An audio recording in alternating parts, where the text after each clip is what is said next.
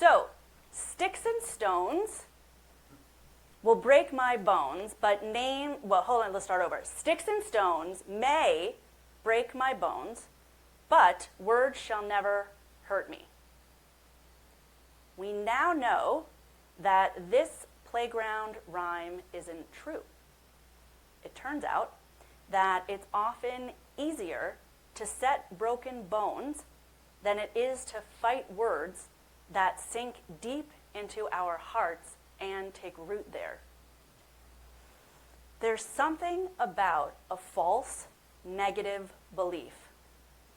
If it's planted early, if the words are repeated often enough, if it's not rooted out, this negativity can grow like a weed and completely smother a positive sense of self. It can smother hope.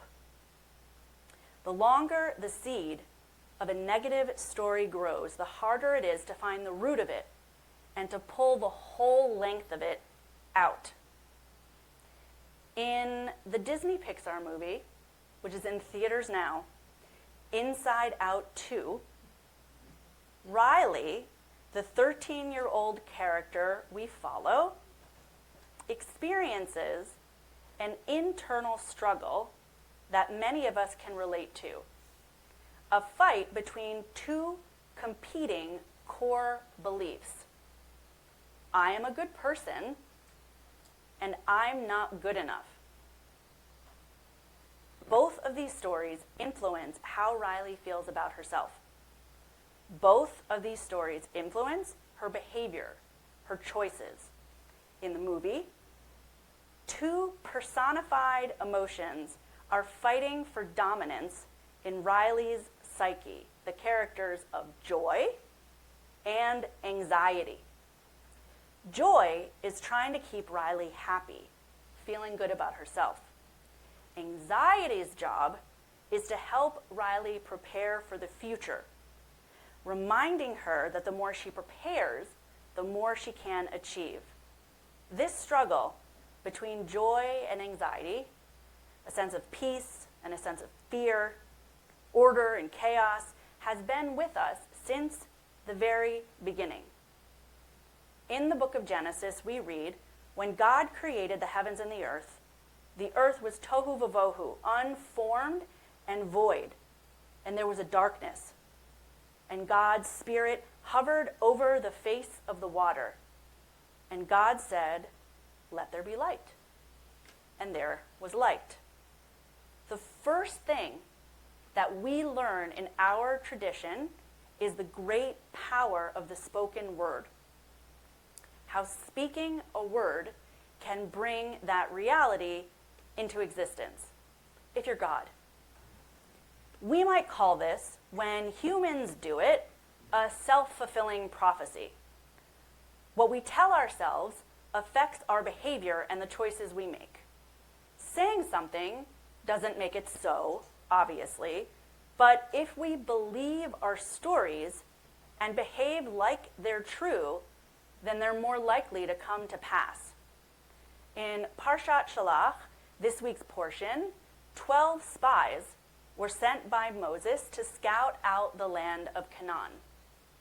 They all experienced the same Canaan. Milk and honey, grapes as big as melons. They were all there for the same 40 days. 10 came back with a story of fear. We cannot attack that people, for it is stronger than us. And 2, Caleb and Joshua, came back with a story of joy. Let us by all means go up, and we shall gain possession of the land, for surely we can overcome it. This was a turning point for our ancestors. Who should the people believe? Caleb and Joshua, or the other 10 scouts? Joy or anxiety? As we all know, leading from a place of joy, leaning into joy is very, very hard. It is much easier to give into anxiety. We tell ourselves that we're just being smart, staying prepared. This feeds our fear. But the stories we tell ourselves and each other matter. The stories we tell shape our future. Luckily, at the SMS, the Santa Monica Synagogue, we are able to hold anxiety and joy together in one hand. Anxiety is helping us to do everything that we need to do in order to make sure that we are set up well in our future home. Thank you, sunshine. And joy. We come together to celebrate our outgoing board and our incoming board. We celebrate our community and the commitments that we all share to it. We celebrate our solidity, our warmth, our strength, and our softball champions. Go Hot Dogs!